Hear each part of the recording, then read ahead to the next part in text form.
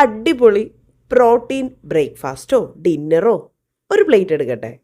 ഇത് വെറുതെ പറഞ്ഞതല്ല കേട്ടോ. അപ്പം നിങ്ങൾ നോക്കുമ്പോൾ ഇതിനകത്ത് ഒരു 100 ഗ്രാം ചിക്കൻ ഇരിപ്പുണ്ട്. അതാണോ ഇത്ര വലിയൊരു പ്രോട്ടീൻ പ്ലേറ്റ്? അല്ല കേട്ടോ.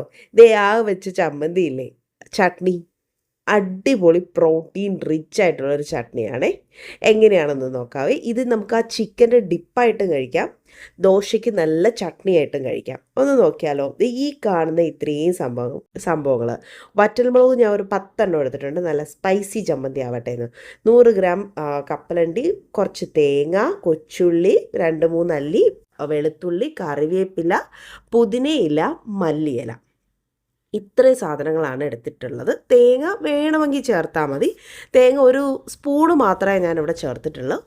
ആദ്യമേ വെളിച്ചെണ്ണ ഒഴിച്ചിട്ട് വെളുത്തുള്ളിയും ഉള്ളിയും ഒന്ന് ഇടുക. പിന്നെ ബാക്കി വറ്റൽമുളകും ബാക്കിയുള്ള സാധനങ്ങളെല്ലാം അങ്ങ് ഒരുമിച്ച് അങ്ങോട്ട് തട്ടുക.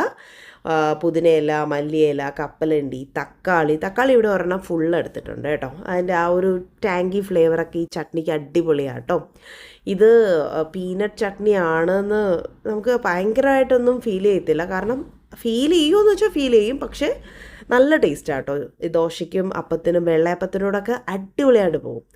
അപ്പോൾ ഇത് ഇച്ചിരി എരിവ് മുന്തി നിന്നു. ഉപ്പ് ചേർത്ത് നന്നായിട്ട് വഴട്ടിയെടുക്കുക.